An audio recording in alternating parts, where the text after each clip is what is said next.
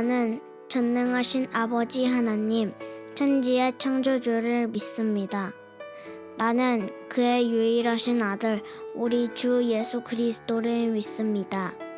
그는 성령으로 잉태되어 동정녀 마리아에게서 나시고 본디오 빌라도에게 고난을 받아 십자가에 못 박혀 죽으시고 장사된 지 사흘 만에 죽은 자 가운데서 다시 살아나셨으며 하늘에 오르시어 전능하신 아버지 하나님 우편에 앉아 계시다가 거기로부터 살아있는 자와 죽은 자를 심판하러 오십니다.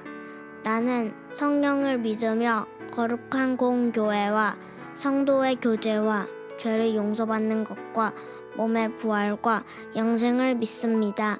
아멘.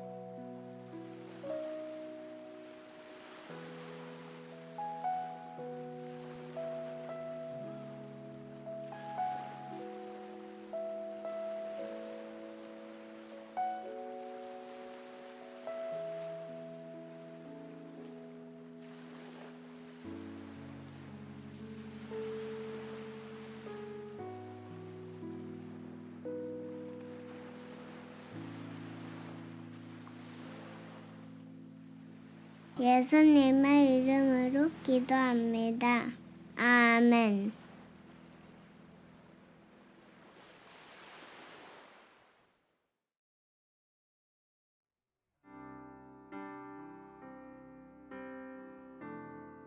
사도행전 16장 16절부터 34절 말씀. 어느 날 우리가 기도하는 곳으로 가다가 귀신 들려 점을 치는 여종 한 사람을 만났는데 그는 점을 쳐서 주인들에게 큰 돈벌이를 해주는 여자였다. 이 여자가 바울과 우리를 따라오면서 큰 소리로 이 사람들은 지극히 높으신 하나님의 종들인데 여러분에게 구원의 길을 전하고 있다 하고 외쳤다. 그 여자가 여러 날을 두고 이렇게 하므로 바울이 귀찮게 여기고 돌아서서 그 귀신에게 내가 예수 그리스도의 이름으로 내게 명하니 이 여자에게서 나오라 하고 말하니 바로 그 순간에 귀신이 나왔다. 그 여자의 주인들은 자기들의 돈벌이 희망이 끊어진 것을 보고 바울과 실라를 붙잡아서 광장으로 관원들에게 끌고 갔다. 그리고 그들을 치안관들 앞에 세워놓고서 이 사람들은 유대 사람들인데 우리 도시를 소란하게 하고 있습니다. 이 사람들은 로마 시민인 우리로서는 받아들일 수도 없고 실천할 수도 없는 부당한 풍속을 선전하고 있습니다. 하고 말하였다. 무리가 그들을 공격하는 데에 합세하였다. 그러자 치안관들은 바울과 실라의 옷을 찢어벗기고 그들을 매로 치라고 명령하였다. 그래서 이 명령을 받은 부하들이 그들에게 매질을 많이 한 뒤에 감옥에 가두고 간수에게 그들을 단단히 지키라고 명령하였다. 간수는 이런 명령을 받고 그들을 깊은 감방에 가두고서 그들의 발에 착고를 단단히 채웠다. 한밤쯤 되어서 바울과 실라가 기도하면서 하나님을 찬양하는 노래를 부르고 있는데 죄수들이 듣고 있었다. 그때에 갑자기 큰 지진이 일어나서 감옥의 터전이 흔들렸다. 그리고 곧 문이 모두 열리고 모든 죄수의 수갑이며 착고가 풀렸다. 간수가 잠에서 깨어서 옥문들이 열린 것을 보고는 죄수들이 달아난 줄로 알고 검을 빼어서 자결하려고 하였다. 그때 바울이 큰 소리로 그대는 스스로 몸을 해치지 마시오. 우리가 모두 그대로 있소. 하고 외쳤다. 간수는 등불을 달라고 해서 들고 뛰어들어가 무서워 떨면서 바울과 실라 앞에 엎드렸다. 그리고 그들을 바깥으로 데리고 나가서 물었다. 두 분 사도님, 내가 어떻게 해야 구원을 얻을 수 있습니까? 그들이 대답하였다. 주 예수를 믿으시오. 그리하면 그대와 그대의 집안이 구원을 얻을 것입니다. 그리고 하나님의 말씀을 간수와 그의 집에 있는 모든 사람에게 들려주었다. 그 밤 그 시각에 간수는 그들을 데려다가 상처를 씻어주었다. 그리고 그와 온 가족이 그 자리에서 세례를 받았다. 간수는 그들을 자기 집으로 데려다가 음식을 대접하였다. 그는 하나님을 믿게 된 것을 온 가족과 함께 기뻐하였다. 성경을 보면서 종종 나라면 어땠을까라는 상상을 누구나 한 번쯤은 해보죠. 오늘 본문을 보면서 저도 내가 만약 바울이나 실라였다면 어땠을까라는 상상을 해봤습니다. 본문의 내용 중 다른 때는 몰라도 귀신 들린 여종의 주인들이 고발하는 말들을 내가 들을 때, 또 치안관들이 내 말을 듣지도 않고 나를 때리거나 가두라고 명령을 내릴 때는 확실히 오늘 본문 속 바울과는 전혀 다른 반응을 보일 것 같습니다. 세상에 귀신 들린 여자에게서 귀신을 쫓아냈더니 도시를 소란스럽게 하고 있다고? 로마 시민은 받아들일 수도 실천할 수도 없는 부당한 풍속? 내가 로마 시민권자인데 이것들 오늘 아주 제대로 걸렸어 라면서 제대로 말싸움 한판 벌였을 것 같습니다. 게다가 상대방의 말만 듣고 저에게는 변론 한 번 할 기회도 주지 않고 옷을 찢어 벗기고 심하게 매질을 하려고 한다면 그걸 당하기 전에 그 자리에서 그 치안관에게 내가 어떤 사람인지 알고나 지금 그렇게 말하는 거냐고 말할 것 같습니다. 마치 영화 범죄와의 전쟁의 한 장면처럼 내가 임마 로마 시민이야. 야, 너 말고 네 윗사람 나오라 그래. 라면서 또 치안관하고도 제대로 한번 말싸움을 벌였을 것 같습니다. 억울한 건 못 참겠거든요. 하지만 오늘 본문에서 바울과 실라는 여종의 주인들이나 치안관들에게 아무런 말도 하지 않습니다. 그저 그들이 말하는 누명을 다 뒤집어 쓰고 그들이 명령하는 대로 맞고 찢기고 그리고 감옥에 갇히는데 아무런 대꾸도 하지 않습니다. 그렇다면 이런 억울한 상황에서조차도 말 한마디 하지 않았던 바울이 오늘 본문에서는 또 다른 말들을 하고 있는데 그 말들을 한번 찾아보기 원합니다. 먼저는 맨 앞에 점치는 여인 안에 있는 귀신에게, 그 여인에게 말하는 게 아니라 귀신에게 말을 합니다. 내가 예수 그리스도의 이름으로 네게 명하니 이 여자에게서 나오라. 두 번째로는 바울과 실라가 탈옥했을 거라고 착각하고 그 책임감으로 자결하려는 간수에게 그대는 스스로 몸을 해치지 마시오. 우리가 모두 그대로 있소. 라고 말하죠. 그리고 세 번째로는 그 간수가 구원을 받으려면 어떻게 해야 하냐고 질문을 할 때 주 예수를 믿으시오. 그리하면 그대와 그대의 집안이 구원을 얻을 것입니다. 라고 말합니다. 이 말들은 모두 구원과 관련이 있습니다. 귀신이 들린 여자에게 귀신으로부터 해방시켜주는 말, 자신의 책임 때문에 두려워서 자결하려는 자를 살려주는 말, 마음이 열려서 구원을 찾는 자에게 복음을 전하는 말입니다. 바울은 자신이 억울하고 힘든 상황 속에 있을 때는 별 말이 없지만 타인의 생명 또 구원과 관련해서는 분명하게 말을 하고 있습니다. 이렇게 보니 바울은 구원과 관련된 일이 아니면 나머지 것들은 그다지 중요하게 여기지 않았다는 것을 알 수 있습니다. 자신이 누명에 빠져도 자신이 공개적으로 옷이 찢기거나 매를 맞거나 심지어 감옥에 갇혀도 별 말이 없습니다. 억울한 마음이 드는 상황에서 수치스러운 감정이 들 때나 아프거나 화가 나는 상황이 벌어진다 할지라도 아무렇지 않게 별거 아니라는 듯이 툭툭 털고 그냥 흘려보내는 사람 같습니다.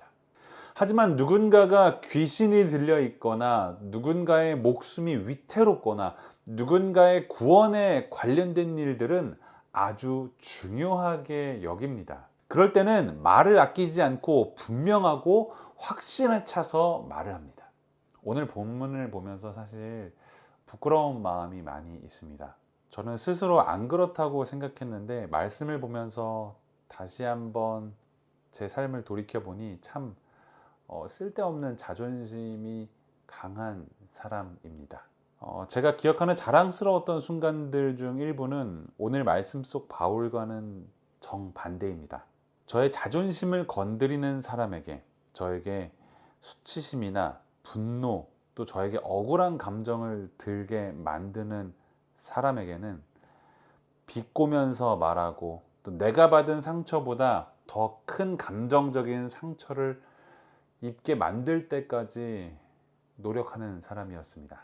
아니면 내가 틀렸다고 생각하는 누군가에게 논리적으로 압도하면서 대화를 했던 순간들, 사실 그렇게 논리적이지도 않았는데 그냥 감정적이었을 뿐인데 마치 내가 옳았다고, 마치 내가 이겼다고, 내가 정의의 편이었다고 착각하면서 그 순간들을 마치 전쟁에서 이기고 얻은 전리품처럼 제 가슴 속에 이상하게 자랑스럽게 간직하고 있습니다.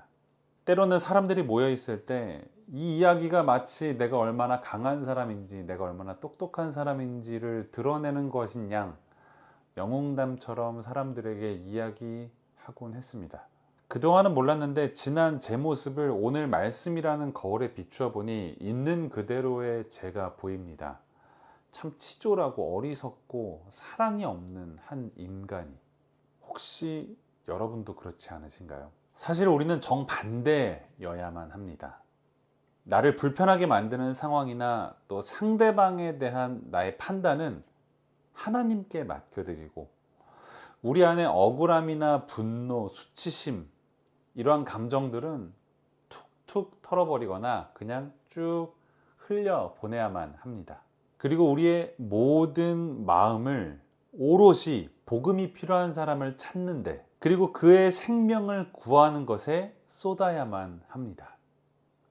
그래서 우리의 말과 행동이 복음으로 증명되어야 합니다. 왜냐하면 예수님께서 저와 여러분을 위해서 그렇게 하셨기 때문입니다. 예수님께서 우리를 위해 모든 억울함과 분노와 수치를 아무렇지 않게 흘려 보내시고 오롯이 우리를 구원하시는 것에 집중하셨기 때문입니다. 우리가 예수님의 그 사랑을 받아 누리고 있으며 아직 그 사랑을 모르는 사람들에게 알려주고 전해주어야 하는 사명을 가지고 있기 때문이죠.